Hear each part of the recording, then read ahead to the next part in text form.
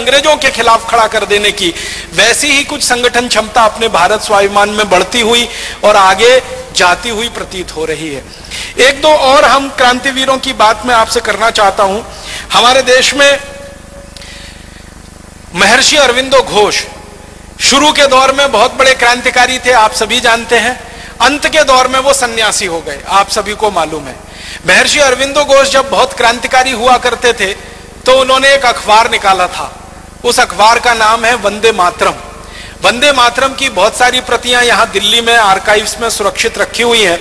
तो वंदे मातरम में जो वो लिखा करते थे, और उस जमाने में महर्षि अरविंदो घोष जो वंदे मातरम में लिखा करते थे, वंदे मातरम अखबार में लिखा करते थे, लगभग वही सारी बातें नए संदर्भ और नए कलेवर के साथ अपने भारत स्वाभिमान के घोषणा पत्र में है, या क्रांति पत्र में है, या अग्नि पत्र में है, जो भी नाम हम उसको कहना चाहें।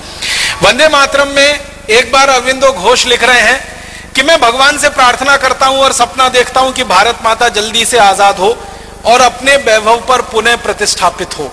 जो वैभव कभी भूतकाल में इस भारत माता का रहा है, जिस सिर सिंहासन पर भारत माता विराजमान रही है, दुनिया के देशों के सामने भारत माता का जो आदर्श प्रस्तुत हुआ है, वैसा ही मैं बहुत जल्दी देखना चाहता हूं। अब वो लिख रहे हैं वंदे मातरम में, और यहां भारत स्वाभिमान के मंच से ये बात मैंने स्वामी जी के मुंह से सैकड़ों बार सुनी है कि बहुत जल्दी और बहुत शीघ्रता के साथ हम इस भारत माता के खोए हुए वैभव को और पुराने गौरव को वापस लाना चाहते हैं, और सारी दुनिया के सामने बताना चाहते हैं कि भूतकाल में अगर भारत माता परम शीर्ष पर थी तो भविष्य में भी होगी, बस वर्तमान इसका बदलना है। तो वंदे मातरम अखबार में लिखी गई बातें हो, या केसरी में लिखी गई बातें हो, या शहीद आजम भगत सिंह द्वारा लिखा गया घोषणा पत्र हो, ये सब क्रांतिकारियों का बहुत लंबा वर्णन है जो मैं और आगे नहीं बढ़ाना चाहता समय की कमी के कारण। लेकिन संकेत में मैं आपसे इतना ही कहना चाहता हूं कि लोकमान्य बाल गंगाधर तिलक का सपना हो, या शहीद आजम भगत सिंह का सपना हो, या महात्मा गांधी का सपना हो, या अरविंदो घोष का सपना हो, या हमारे देश में ऊधम सिंह का सपना हो। ऊधम सिंह का सपना क्या था आप सभी जानते हैं। हमारे भारत देश में एक अंग्रेज अधिकारी बहुत कुख्यात और बहुत क्रूर आ गया था, जिसका नाम था डायर। अमृतसर में उसकी पोस्टिंग हो गई थी, और उसने एक रॉलेट एक्ट नाम का कानून बना दिया था, जिसमें नागरिकों के मूल अधिकार पूरी तरह से खत्म होने वाले थे, और नागरिकों के मूल अधिकार खत्म होकर सब कुछ, हमारी आजादी जो भी थोड़ी बहुत बची हुई थी, वो अंग्रेजों के पास जाने वाली थी। तो उस रॉलेट एक्ट के विरोध में 14 अप्रैल 1919 को जलियांवाला बाग में एक बड़ी सभा हुई थी, जिसमें 25,000 लोग शामिल हुए थे। उस बड़ी सभा पर डायर ने अंधाधुंध गोलियां चलाई थी। आप अंदाजा लगा सकते हैं, अगर आप में से किसी भाई ने और बहन ने पुलिस में नौकरी की हो या सेना में नौकरी की हो, तो इस बात का अंदाजा उनको बहुत अच्छे से लगेगा। 15 मिनट के अंदर 1650 राउंड गोलियां चलाई थी डायर ने। 15 मिनट के अंदर 1650 राउंड गोलियां चली थी, और 3000 से ज्यादा क्रांतिकारी वहीं तड़प तड़प के मर गए थे। आप में से जिन लोगों ने अमृतसर देखा है, जलियांवाला बाग देखा है, आपको मालूम है जलियांवाला बाग के घुसने के लिए और निकलने के लिए एक ही दरवाजा है। चारों तरफ से वो 4 दीवारी से घिरा हुआ है, और दरवाजा भी मुश्किल से 4, 4.5, 5 फीट का है। उस दरवाजे पर डायर ने तोप लगा दी थी आके, ताकि कोई निकल के भागने ना पाए।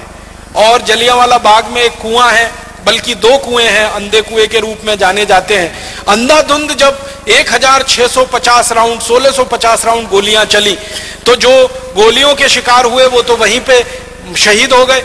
जो बच गए उन्होंने जान बचाने के लिए कुओं में छलांग लगाई, और कुआं लाशों से पट गया, मृत शरीरों से पट गया।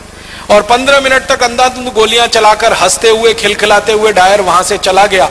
रास्ते में जाते हुए अमृतसर की सड़कों के दोनों तरफ जो भी भारतीय नागरिक उसको मिला, उनको गोलियां मारकर पीछे तोप के मुंह से रस्सी से बांधकर घसीट कर वो लेके गया था। इसका इनाम उसको अंग्रेजों की संसद की तरफ से मिला था, शाबाशी मिली थी, उसकी पदोन्नति हुई थी, उसका प्रमोशन हुआ था, और उसको भारत से लंदन भेज दिया गया था और बड़े ओहदे पर। ऊधम सिंह उसी हत्याकांड के समय लोगों के बीच में शामिल थे, और आप जानते हैं कि उनकी उम्र मुश्किल से उस समय 11-12 साल की हुआ करती थी। तो उस हत्याकांड के समय जब वो शामिल थे और उन्होंने अपनी आंखों से देखा, तो उन्होंने संकल्प लिया था और संकल्प उनका यह था कि जिस डायर ने क्रूरता के साथ मेरे देश के नागरिकों की हत्या की है, इस डायर को मैं नहीं छोड़ूंगा, यह मेरे जीवन का आखिरी संकल्प है। और इस संकल्प को पूरा करने के लिए आपको एक बात और मालूम है शहीद आजम ऊधम सिंह की, कि घर से एकदम गरीब थे, माता पिता का साया उठ चुका था, अनाथ आश्रम में बड़े हुए थे पलकर। माता पिता साथ में नहीं थे, दोनों मर चुके थे। बड़े भाई थे, उनकी मृत्यु हो चुकी थी किसी बीमारी से। अपने परिवार में वो अकेले रह गए थे और उनके पास आर्थिक संसाधन कुछ नहीं थे। तो जब उन्होंने योजना बनाई डायर को मारने की, संकल्प पहले ले लिया और योजना बनाई, तो लंदन जाना है, लंदन जाने के लिए पैसे चाहिए, पैसे कहां से आएंगे? तो उन्होंने तय किया कि मैं किसी के सामने हाथ फैलाऊं, उससे अच्छा है मैं मेहनत मजदूरी करके पैसे कमाऊं। तो उन्होंने कारपेंटरी का काम सीखा, ये लकड़ी का काम जिसको हम कहते हैं, और लकड़ी का काम करते करते इतने पैसे जमा किए कि अमेरिका गए, फिर अमेरिका से लंदन पहुंच गए। लंदन पहुंच के फिर एक होटल में काम किया पानी पिलाने का, ताकि कुछ पैसे इकट्ठे हों और बंदूक खरीदी जा सके, पिस्तौल खरीदी जा सके। और ये सब काम करते करते शहीद आजम ऊधम सिंह को आप जानते हैं 21 साल लग गए। 1919 में जलियांवाला बाग हत्याकांड हुआ था, 1940 में जाकर उन्होंने अपना संकल्प पूरा कर पाया था। 21 साल वो पैसों के लिए परिश्रम के साथ कहीं ना कहीं अपने जीवन को लगाते हुए संकल्प के लिए जिंदा थे। 21 साल के बाद 1940 में किंगस्टन एक जगह है लंदन में, किंगस्टन पैलेस, वहां पर जब डायर का एक बड़ा कार्यक्रम हो रहा था और उसको मालाएं पहनाई जा रही थी और उसका सम्मान किया जा रहा था, उस कार्यक्रम में ऊधम सिंह पहुंचे थे और अपनी जेब से रिवॉल्वर निकालकर तड़ातड़ 3 गोलियां मारी थी। और 3 गोलियां मारकर एक ही वाक्य कहा था कि आज मैंने 21 साल पहले का मेरा संकल्प पूरा किया है और मैं अब इसके बाद 1 मिनट जिंदा नहीं रहना चाहता, 1 मिनट भी जिंदा नहीं रहना है, अब मेरे दिल की इच्छा पूरी हुई है। तो रिवॉल्वर को अंग्रेज अधिकारी के सामने जब उन्होंने सौंपा तो अंग्रेज अधिकारी के हाथ कांप रहे थे, उसको यह लगता था कि ये मुझे भी नहीं मार देगा। तो ऊधम सिंह ने कहा घबराओ मत, मेरी तुमसे कोई दुश्मनी नहीं है, मेरी तो डायर से दुश्मनी थी जिसने मेरे देश के 3000 लोगों को मारा। क्रांतिकारियों का इतना ऊंचा आदर्श कि जो संकल्प लिया है उसी की पूर्ति के लिए जीवन लगा देना है, उसमें 10 साल लगे, 15 साल लगे, 20 साल लगे, 21 साल लगे, ये शहीद आजम ऊधम सिंह से सीखना है। मैं बार बार स्वामी जी का व्याख्यान जब सुनता हूं तो स्वामी जी भी ऐसी कुछ बातें हमको सुनाते हैं कि अब तो पूरा जीवन इसी काम के लिए होम है, भारत स्वाभिमान के लिए होम है। ये काम 1 साल में होता है, 2 साल में होता है, 3 साल में होता है, 5 साल में होता है, लेकिन आगे का जीवन तो इसी तरह से हमको इस काम के लिए समर्पित कर देना है। तो ये जो बात मुझे दिखाई देती है अपने भारत स्वाभिमान में, मुझे याद आती है शहीद आजम ऊधम सिंह की, कि पूरा जीवन इस काम के लिए समर्पित कर देना है। तो ऐसे हमारे क्रांतिवीरों के आदर्शों के साथ उन्होंने कुछ सपने देखे थे और उन सपनों को पूरा करने के लिए जिंदगी वो काम करते रहे। लेकिन शायद हमारे निमित्त में ये लिखा था और ईश्वर ने शायद इसके लिए हमको चुना है कि उन शहीदों के सपनों को उनके ही समय में ईश्वर ने पूरा होने नहीं दिया। सपने सभी ने देखे। गांधी जी का तो एक वाक्य मैं आपसे कहना चाहता हूं जो दिल को छू देता है। गांधी जी को जब पूछा गया कि आपने आजादी के लिए जो संघर्ष किया और जो कुछ आपने किया, इसके अलावा कुछ करने की इच्छा बची है क्या? तो गांधी जी ने कहा कि मेरे पास अब समय नहीं बचा है, मेरी दिल की तमन्ना तो यह है कि भारत में सच्चा स्वराज्य आए और ग्राम स्वराज्य इस देश में स्थापित हो। लेकिन गांधी जी उसके लिए काम नहीं कर पाए क्योंकि समय नहीं बचा उनके पास।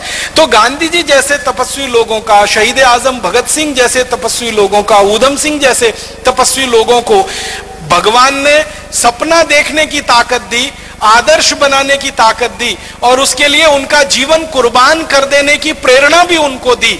लेकिन ईश्वर ने एक चीज उनसे शायद छुड़वा ली या रोक ली, वो ये कि जो सपना वो देख रहे थे उसको अपने जीते जी क्रियान्वित नहीं कर पाए। तो मैं तो अपने को बहुत भाग्यशाली मानता हूं, आप भी अपने को परम भाग्यशाली मानिए कि हमारे शहीदों के देखे हुए सपनों को हम अपने जीते जी क्रियान्वित होते हुए देखेंगे, कार्यान्वित होते हुए देखेंगे। ये हमारे लिए परम गौरव की बात है और परम आनंद की बात है। योग ऋषि स्वामी रामदेव जी और आचार्य बालकृष्ण जी के पावन सानिध्य में पतंजलि योग पीठ यूके ट्रस्ट द्वारा 27 सितंबर को ग्लासगो के समीप